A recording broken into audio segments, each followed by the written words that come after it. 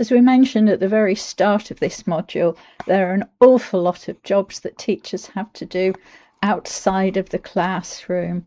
They have to keep records of their students' performances. They have to analyse data to see how they can support their students better. They have to write reports and certificates, messaging with students and the school management, and the paperwork can be quite overwhelming. It's not surprising that sometimes teachers feel exhausted and lacking in the energy that they need to do a good job. Wouldn't it be lovely to have the time and energy to feel fresh and full of energy when you're with your students in class, or even when you go home at the end of the working day? Fortunately, AI can help with a lot of the backroom work.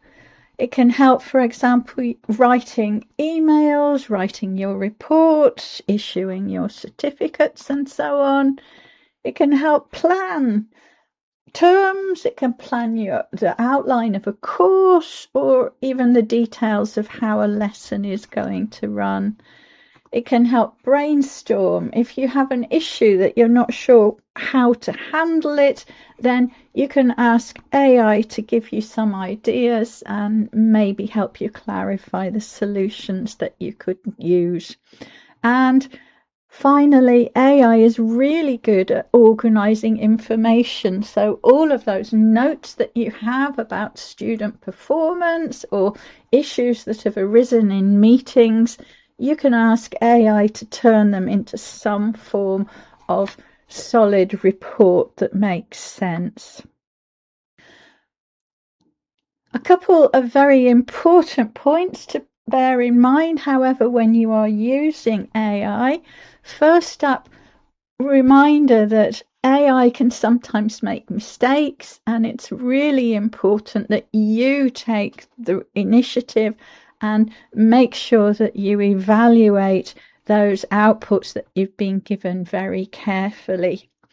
And the second thing, when you are dealing with people's personal information, do not input any personal information to AI.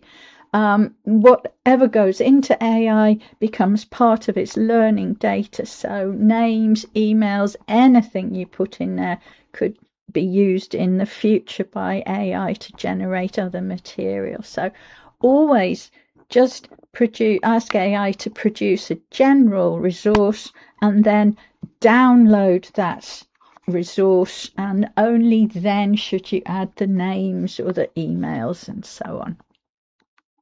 All right, let's see how to put all this into practice this time. I'm going to start by sending an email or asking ChatGPT to help us write an email. I'm about to start teaching a course with some business people, and I need to send them a quick reminder email just to tell them all of the information about when it starts and where it's held and so on. So I'm not going to go into a huge amount of detail about the role or the audience because we don't particularly know them, but of course it's good to be an experienced teacher.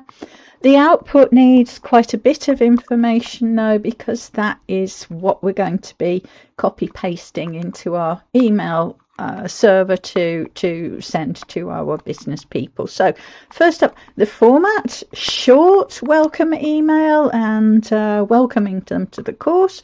The tone, of course, is business people, so it should be reasonably formal, but again quite friendly. And then the content, we really need to send very, very clear information for our customers about what we're going to be doing and when, and of course a friendly sign off. So that is all we need for this. What we're going to do now is head over to ChatGPT and see what it can produce for us. All right, so here we are at ChatGPT. As before, we're not going to bother typing in everything word for word. We've worked out the prompt already, so we can just copy paste it into the text box and set ChatGPT off to generate us an email.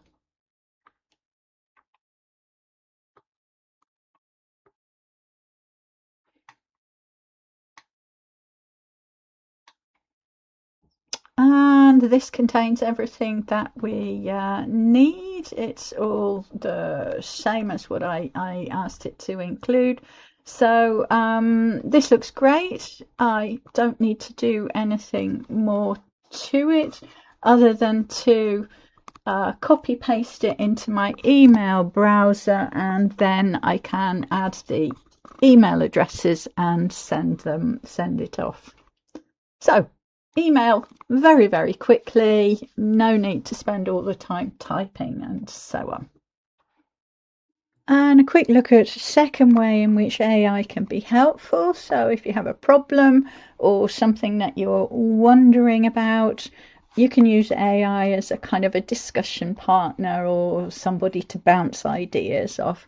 In this case, we are going to be a new teacher of English needing a little bit of help with their technical college students who aren't particularly motivated, and we'd like some suggestions for how to get the students a little bit more engaged.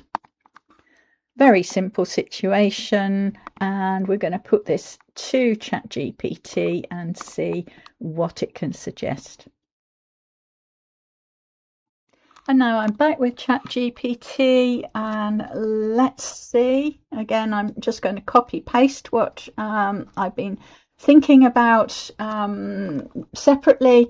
I'm not going to type it all in. So let's see how ChatGPT can help me get my technical college learners a bit more motivated.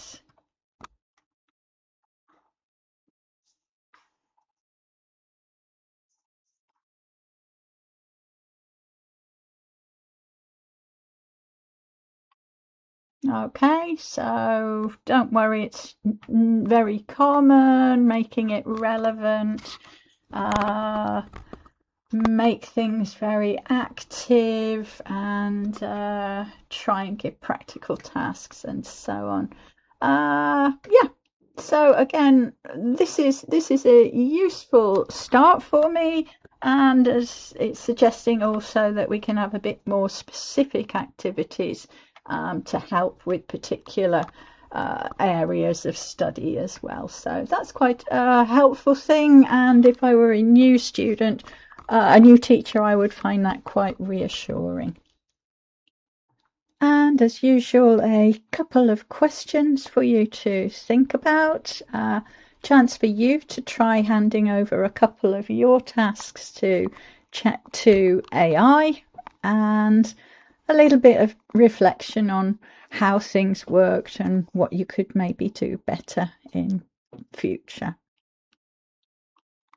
In the next unit, we're going to be looking at using AI to create some lesson materials. So we'll leave you to think about these and see you later.